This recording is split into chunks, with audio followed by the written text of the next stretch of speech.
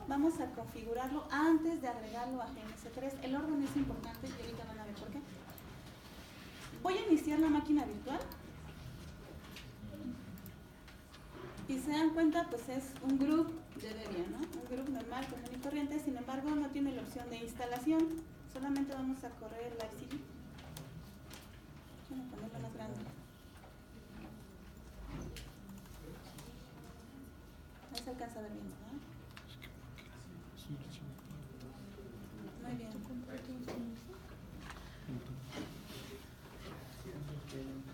Entonces, aquí tenemos ya la máquina virtual iniciada. Como ven, le puse 256 y funcionó o inició súper rápido, ya que pues como no tiene un entorno gráfico, todo es por comando, pues hace muy eficiente su inicio, ¿no? Bien. Vamos a la documentación para que ustedes vean que no me lo estoy sacando de la manga. Ok, esta es la página oficial de RCP. Básicamente es un enrutador para plataformas de Linux. Y lo que vamos a hacer pues, es irnos a la parte de livecd. Lo que quiero que vean es la parte de la persistencia, cómo podemos configurar la persistencia. Viene aquí en la documentación. Aquí está. ¿Cómo configurar la persistencia? ¿No? Nosotros estamos trabajando con un sistema operativo basado en Linux y todo sistema operativo basado en Linux permite cambiar de terminales. Por ejemplo, si yo en este momento aprieto Alt y F1, Alt, F2, voy a salir del entorno gráfico de mi Ubuntu y voy a abrir una terminal de modo root. Es básicamente lo que vamos a hacer. Si nosotros apretamos Alt F5 en nuestra máquina virtual, vamos a cambiar de nuestra terminal. En este caso estamos en la terminal 1, hagan de cuenta que esa es la terminal del enrutador. Y si yo aprieto Alt F5, cambio a una terminal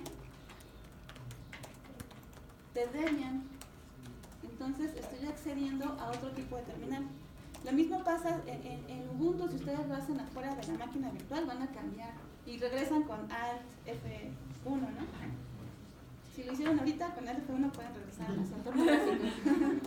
Bien. Entonces, con Alt F5 yo cambié de la terminal del enrutador a la terminal de root de Debian. Esto me ayuda a poder ejecutar comandos para crear la persistencia que necesito. Fíjense. Aquí me dice, bueno, para configurar la persistencia necesitas cambiar de terminal ocupando Alt F5. Esto me ayuda a poner una consola de tipo root. Y si ejecutas el script persist.sh, básicamente lo que hace es crear un archivo de 40 megas. Por eso hicimos una partición de 100 megas. Estamos un poquito sobrados de espacio, pero no importa. Este script lo que hace es crear un archivo de tipo lectura-escritura que se llama home.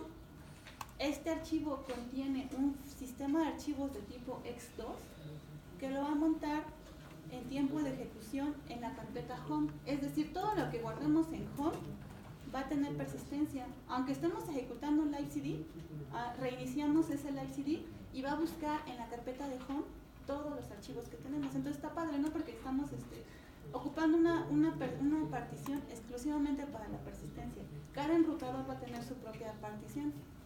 Bien, entonces para que podamos ejecutar este script persist.sh, primero necesitamos un sistema de archivos de tipo x2 y primero, antes de eso necesitamos crear una partición. ¿Ok? Entonces, ¿ya todos pudieron llegar hasta aquí? Sí. ¿Están viendo ya esta terminal? Sí. ¿De todos sin ningún problema? Perfecto. Entonces, ahora, la pregunta, ¿cómo creamos una partición? ¿Cuál es el comando de Linux para crear particiones? Disk util. Disk util, no, ese gráfico, ¿no? ¿Part? Gpart, ese es gráfico. No tenemos entorno gráfico aquí. ¿Cuál es el comando, chicos?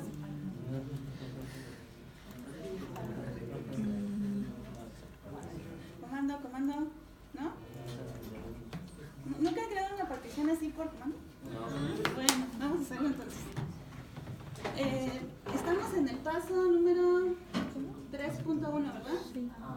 Ok, en el 3.1 nos dice, vamos a crear una partición.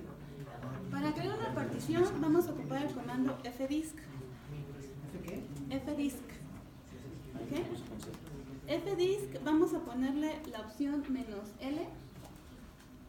Fdisk "-l" lo que hace es imprimirnos la información de la tabla de partición de nuestro disco duro. Ejecuté fdisk por varias cosas. Primero, necesitamos nosotros consultar la etiqueta de nuestro disco. En mi caso, mi disco tiene la etiqueta que se llama diagonal de diagonal SDA. Como estamos virtualizando, yo supongo que todos tenemos la misma etiqueta, pero hay que revisarla de todos modos. El comando fdisk "-l" me dice que mi disco duro que tiene la etiqueta diagonal de SDA no tiene una partición válida. El disco está vacío, lo acabamos de crear nosotros. Lo que vamos a hacer entonces es crear una nueva tabla de partición donde vamos a montar nuestro sistema de archivos. Vamos a ocupar entonces el comando. Sí, sí.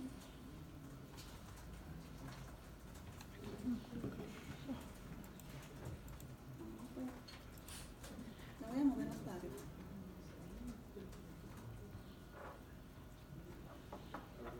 Ah, ya ve, ¿no? Sí. Bien. Voy a ocupar entonces el comando fdisk y necesito esa etiqueta del disco duro en donde voy a crear nuestra nueva tabla de partición. Entonces, en mi caso es dev SDA. Supongo que en el de ustedes también. Bien, le di enter, aquí estamos. Fdisk dev SDA. ¿Ok? Me dice, el dispositivo no tiene ningún tipo de partición, pues está nuevo, ¿no? ¿Qué es lo que quieres hacer?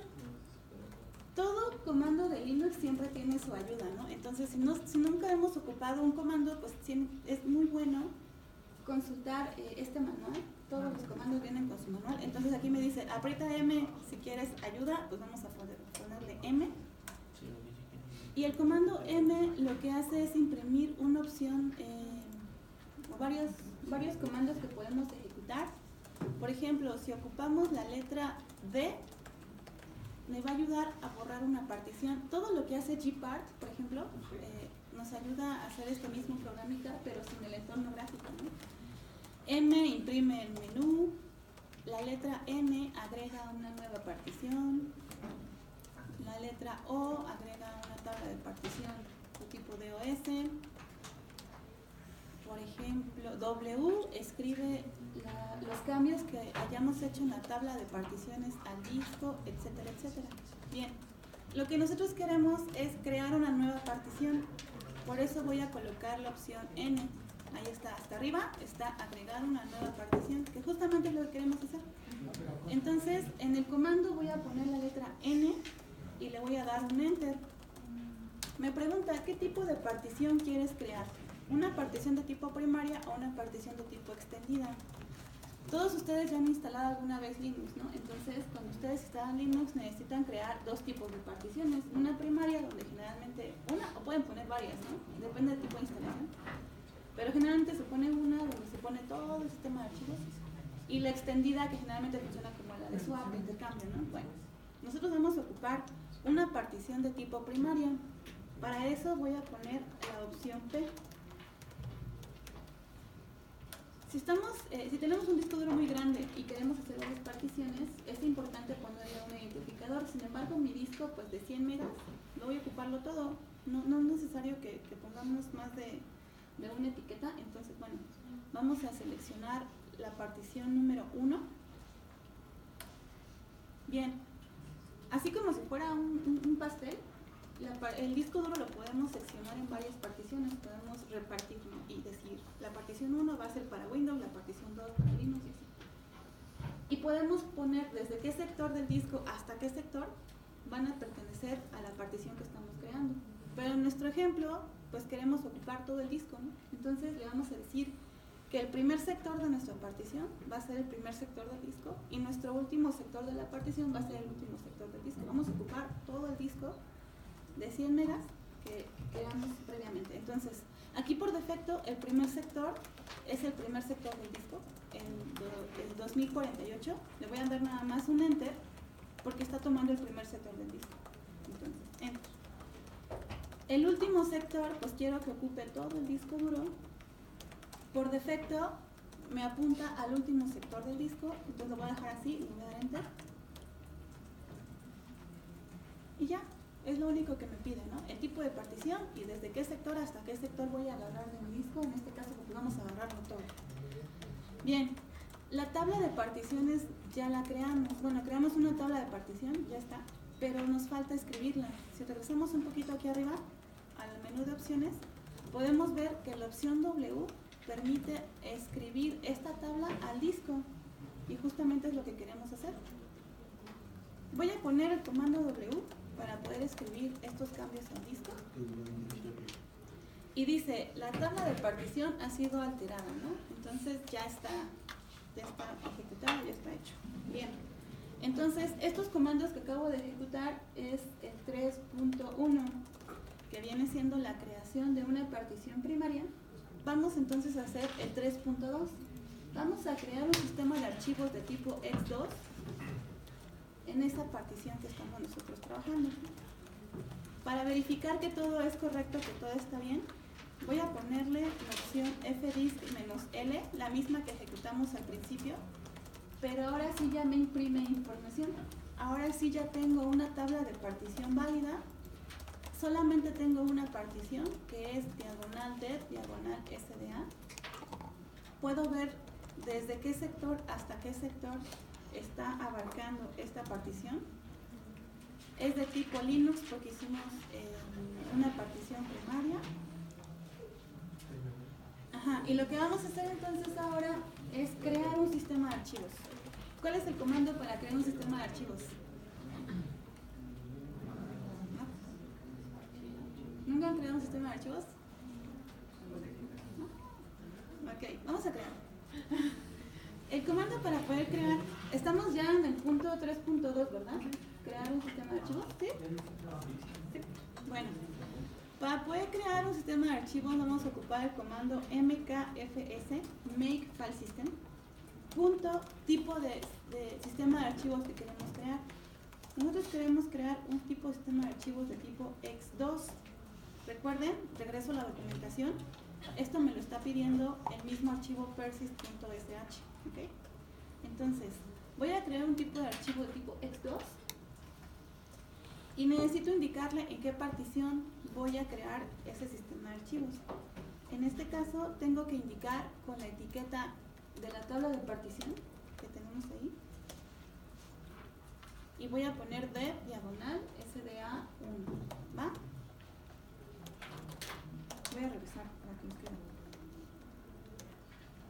Ahí está. mkfs.x2 y después la etiqueta de la partición en donde quiero crear ese sistema de archivos. En este caso, pues estoy haciendo un sistema de archivos de tipo Linux. Por defecto ya tengo tamaño de bloque, tengo número de tamaño de fragmentos, todo esto. Y es importante que veamos los últimos scripts. Ya se creó las tablas de los grupos bien, están ya las tablas de los sínodos también escritas correctamente. Entonces ya hicimos el paso 3.2. Ya creamos nuestro sistema de archivos que está aquí, mkfs.x2, ¿va?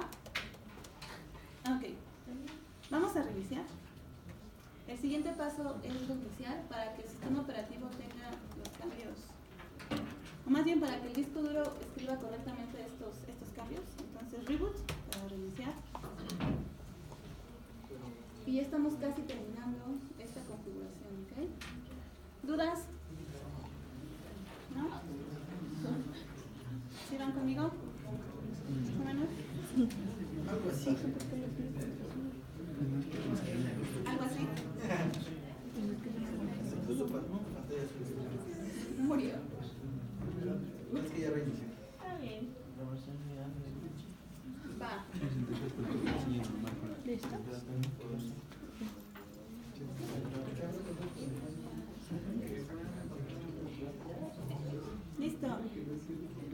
Entonces ya reinició, de nuevo inicia en la terminal 1, en la PTY 1, recuerden, Alt F5 para cambiar a la terminal 5, que me abra la consola de root. Bien, ahora sí ya puedo ejecutar el script persist.sh porque ahora sí ya tengo la partición de persistencia que me piden. Entonces, así tal cual, ejecuto persist.sh, este script ya viene precargado en RCP. Y persist.sh, vamos a ver lo que dice, ¿no? Persist.sh guarda la configuración, el archivo de configuración de mi enrutador en un archivo que se llama home. Este archivo home es montado en tiempo de ejecución. Cada vez que yo inicio el enrutador va a montarse en la carpeta de home. Entonces todo lo que guardamos en la carpeta de home es lo único que se va a guardar, ¿okay? Es importante que lo hagamos. Es un sistema operativo Debian, ¿sí? Podemos instalar y desinstalar cosas, mover configuraciones. Sin embargo, al momento de reiniciar, todo se va a perder. Lo único que se va a guardar es lo que está en carpeta de home. ¿Okay? Bien. Entonces, para que este script funcione, necesita visualizar esta partición. Entonces, cuando lo ejecutan es bien importante que les aparezca esto. La opción 1 es nuestra partición SDA que acabamos de crear, SDA1, el sistema de archivos X2 que también acabamos de crear, y bueno, tiene disponible 92 megas, hicimos un disco muy chiquitito, pero bueno, todo está ahí para que se guarde. Entonces me dice, elige la partición, pues obviamente tenemos que poner la 1. Si no les aparece esta partición, significa que algo hicieron mal en los pasos anteriores, hay que volverlo a hacer hasta que nos aparezca ahí el punto 1.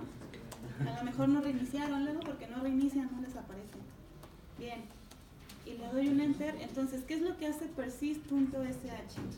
Persist.sh hace un mount, monta la partición SDA1, crea el archivo home, el archivo de lectura-escritura, y lo monta dentro de la carpeta home de nuestro sistema operativo de Debian.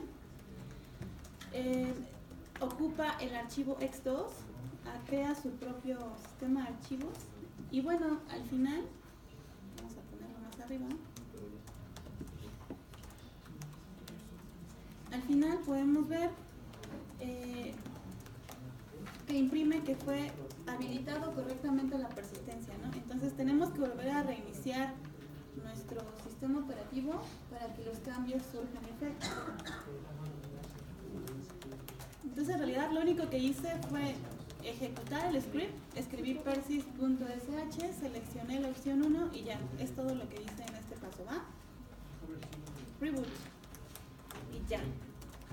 Entonces ya terminamos el 3.3. Vamos entonces a hacer la última parte. Vamos a trabajar ahora con GNS3. Y lo que vamos a hacer es agregar esta máquina virtual que ya tiene persistencia. Y vamos a trabajarlo en nuestro simulador de red gráfica. ¿Ok? ¿Dudas? ¿Vamos bien? Ok. Para la instalación de GNS3, yo lo instalé aquí en esta máquina y les hice unas capturas de pantalla por si tenían alguna duda. No sé si ya lo instalaron.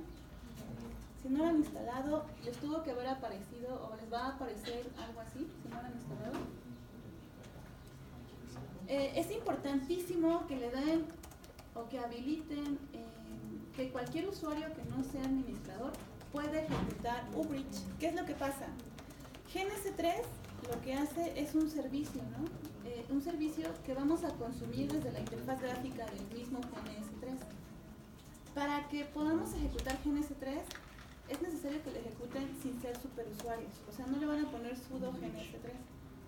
Lo que van a hacer es ejecutarlo directamente así como un usuario normal. Sin embargo, el usuario normal no puede ejecutar Ubridge. Acuerdo, necesitamos ser root para poder ejecutar Ubridge. Entonces, si no podemos hacer Ubridge, jamás vamos a poder consumir el servicio que nos ofrece GNS3. Por lo que es importante que en la instalación le pongamos que sí, que un usuario no administrador sea capaz de ejecutar GNS3, es decir, ejecutar Ubridge dentro de GNS3, tenemos que darle permiso ahí que sí, ¿ok? Entonces, en la instalación les va a preguntar esto, pónganle que sí. Y lo mismo con Wireshark. Los que ya han usado Wireshark saben que se tiene que ejecutar como administrador, si no, no nos muestra la lista de interfaces ni nada de eso. Sin embargo, en esta parte de la instalación, de la misma manera, nos dice que un usuario que no sea administrador puede capturar paquetes, aquí le van a poner que sí. ¿Va? Una vez que abran GNS3, la primera vez que lo abren, les pregunta de qué manera quieren ustedes hacer el servicio de las redes, la simulación.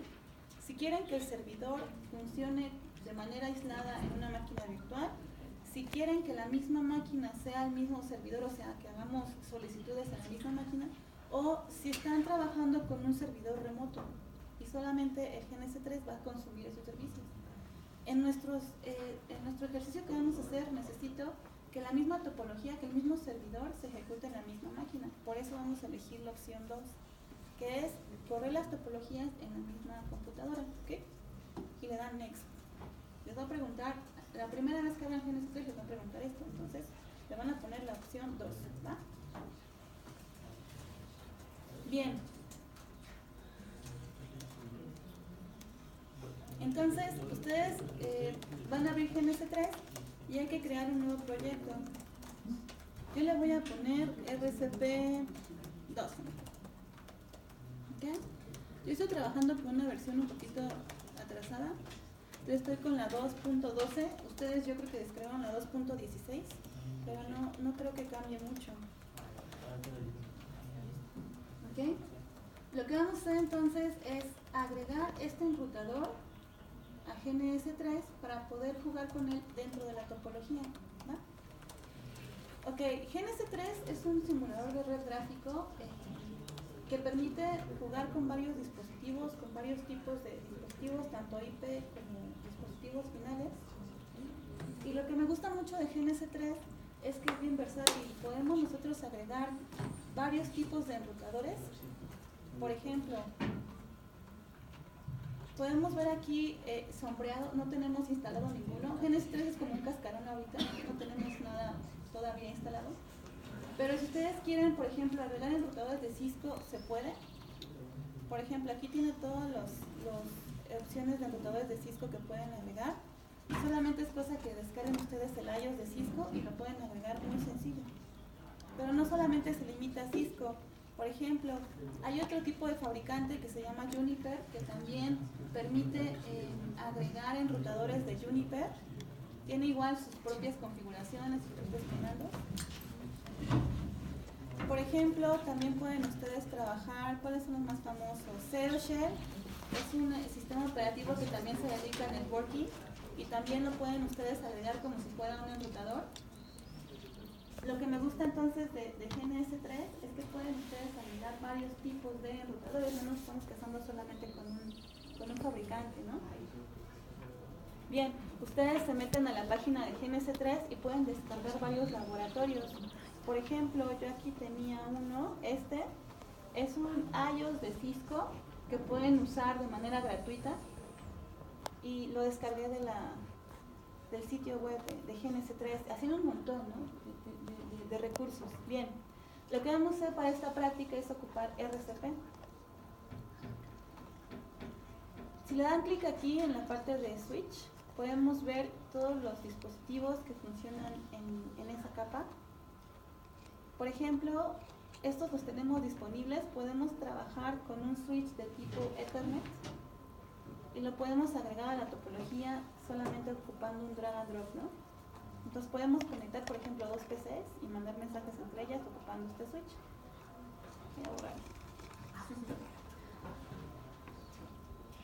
En la parte de aquí de dispositivos finales, igual podemos ocupar un montón de dispositivos finales. Todos estos, o la gran mayoría, los pueden instalar directamente del GNS3. Por ejemplo, CentOS, ¿no? Que es una distribución de Linux, que ya tiene un montón de servicios instalados por defecto. Podemos ocupar o podemos agregar Chrome, ¿no? a nuestra topología. Si queremos un clientillo muy ligero que tenga un navegador, pues podemos poner Chrome. Podemos ocupar Cloud para poder agregar la propia interfaz física de mi laptop. Por ejemplo, puedo agregar mi interfaz Ethernet o mi interfaz inalámbrica de mi laptop y puede ser parte de esta topología. Entonces se dan cuenta, hay un montón de opciones que podemos trabajar dentro de GNS3. Podemos crear una NAT, podemos hacer una traducción de una IP pública a una IP privada, que justamente es como trabaja la mayoría de los proveedores de internet. ¿Se dan cuenta? Entonces tenemos un montón de opciones. Lo que vamos a hacer, y las PCs virtuales. Las PCs virtuales son unas PCs muy sencillas como las de Packet Tracer. ¿Se acuerdan que cuando hacíamos Packet Tracer poníamos PCs para verificar conectividad? ¿Se acuerdan que les asignábamos una IP y hacíamos ping? Y creo que no podíamos hacer nada más. Bueno, estas PCs virtuales son similares. Estas PCs virtuales solamente podemos asignarles una IP, podemos hacer ping, podemos hacer trace y creo que hasta ahí, ¿no? O sea, tienen funcionalidad muy limitada solamente para verificar conectividad. Bien. ¿Qué más? Estos son los dispositivos finales. Tenemos dispositivos de seguridad. Igual podemos agregar dispositivos de seguridad a la topología. Y aquí pues podemos ver todos los que tenemos instalados. Este último es el cableado, ¿no? Permite interconectar diferentes dispositivos. Lo que vamos a hacer entonces es pues empezar a agregar todos los elementos que necesitamos. Para hacerlo voy a irme al menú de editar y voy a editar las preferencias generales de GNS3, ¿vale? Si se equivocaban en la instalación y pusieron malo de servidor, por ejemplo, a lo mejor pusieron servidor remoto, no sé, pueden modificarlo aquí. Habilitan el servidor local y es importante que apunten a la ruta donde está el servidor de GNS3 instalado, que verifiquen Ubridge. Si le pusieron que no daban permisos al administrador, pues tienen que instalar Ubridge de manera manual y decirle dónde está este paquete instalado.